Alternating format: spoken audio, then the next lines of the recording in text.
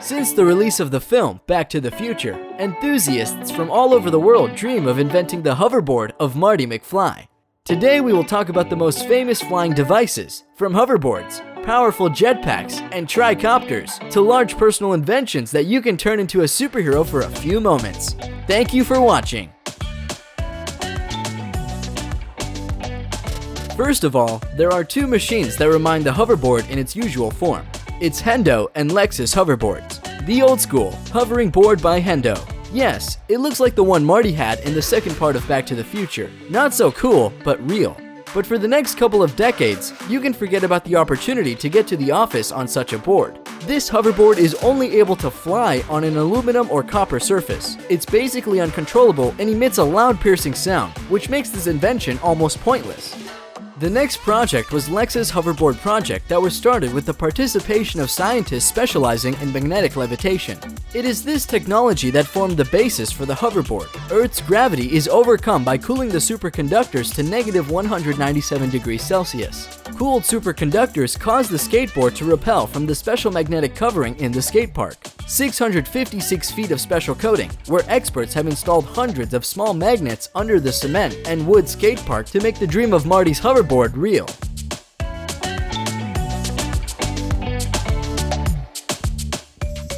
Now, we turn to the list of real jetpacks. And the first among all is Jetpak Aviation's JB9, that bills itself as the world's only jetpack. The device can carry a total of 10 gallons of kerosene and uses small-scale airplane engines mounted to each side that provides upward thrust.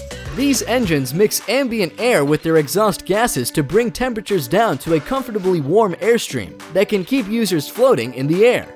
David Mayman, the Australian inventor of JB9, debuted his device by flying it over the Hudson River and around the iconic New York landmark. On the left hand, I've got a twist grip controlling yaw, says Mayman. If I turn my hand to the left, I spin to the left. You'll see some little yaw vanes at the bottom of each engine, a little cup that tilts backward and forward. To go forward or backwards, which requires pitch, effectively what I'm doing is pushing both handles down. That'll make me go forward. With JB9, you can take off and land from absolutely vertical.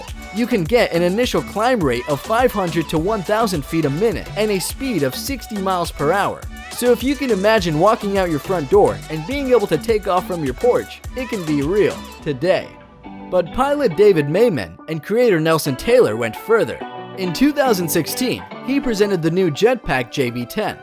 David Mayman, the Australian pilot of the JB9, debuted his new JB10 by flying it over the Principality of Monaco. Powered with two engines that produce more than 1,000 horsepower, the new device can gain the horizontal speed of up to 120 miles per hour. JB10 can stay airborne for 15 to 20 minutes and reach altitudes of over 10,000 feet. Unbelievable for a device of the future. Unsurprisingly, all this gyroscopically balanced truck-sized vector thruster technology isn't cheap. Jetpak Aviation plans to start selling the JB10 in 2019, but to get your hands on one, you'll need to shell out about $250,000. Amazing real-life Iron Man suit that actually flies. Meet Richard M. Browning, the ex-soldier who's created an amazing working jetpack. What's it like to fly in a real-life Iron Man suit? According to the inventor of this incredible working prototype, it's like riding a bicycle in 3 dimensions. 38-year-old Browning has developed the suit in his garage in Salisbury over the past 10 months. Propulsion comes from 6 miniature jet engines, similar to those used in jet-powered model airplanes, which are mounted on the arms and the lower back. The suit can fly in most locations, Richard says. Despite being capable of flying at several hundred miles per hour and at thousands of feet, Browning is currently exercising a bit of restraint. Besides, flying like Tony Stark is not as simple as just strapping yourself in and jetting off. The suit requires an enormous amount of physical effort to control.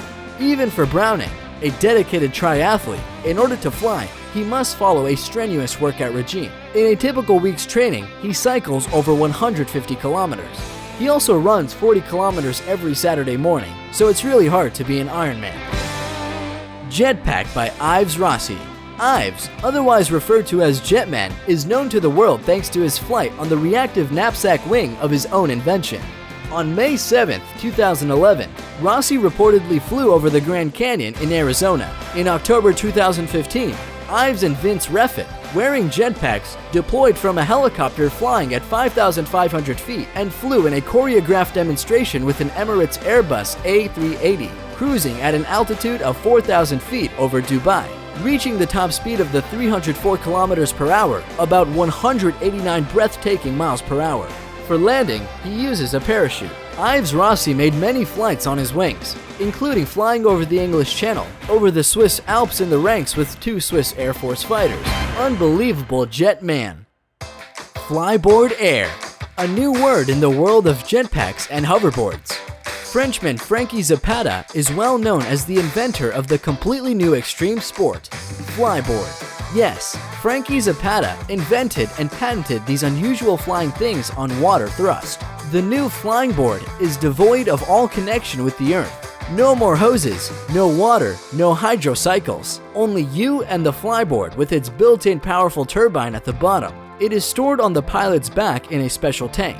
To control the board, you use a remote, and if you are lucky enough to own the first model, you can use the first remote as well.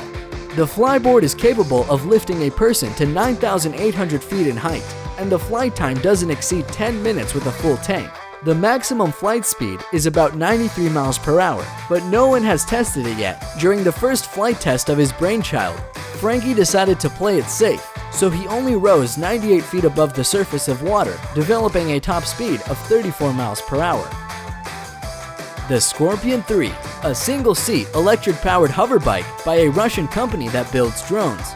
Footage uploaded to YouTube of the inaugural flight is on track to break 1 million views. It shows a tester wearing a motorcycle helmet to guide the hoverboard through the air inside effect. Flight, personal tricopter of the future. The project started in the summer of 2014 at an applied research institute in the country. It is a coaxial Y6 layout tricopter, which means that the lift is generated by 6 rotors, grouped in counter-rotating pairs of 3 axes that are positioned uniformly around a circle. On the manned flight, the flight concept demonstrator had a takeoff weight of 210 kilograms, and this video shows how flight will look like in the near future. Flying Kitty Hawk machine itself doesn't look so much like a flying car as it does a majestic giant drone, upon which our Silicon Valley superiors can soar over our heads like modern-day knights on their geeky steeds. Powered by 8 propellers, Kitty Hawk can reach speeds of 25 miles per hour. The flyer weighs only 220 pounds, which means you won't need a license to fly it, and it's legal to operate in the United States, so long as you fly it over water in uncongested areas. Des Molnar hates traffic, so he's built a flying machine. The G2 is constructed using a steel and carbon fiber frame paired with a stock Suzuki GSX R600 motorcycle engine and a carbon steel propeller. The propeller disengages with the rotor and engages with the transmission, allowing the vehicle to achieve speeds of up to 200 miles per hour on the ground and 90 in the air. Mad Max in real life.